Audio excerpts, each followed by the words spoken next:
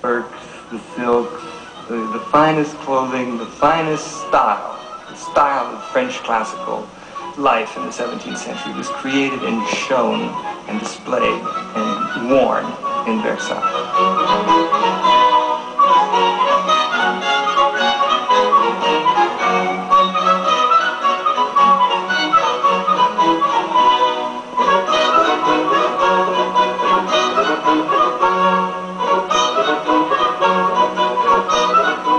By the end of the 17th century, there was a definite Versailles style in fashion, furniture and entertainment, and it was being copied in courts all over Europe, and often most slavishly in countries that were at war with France.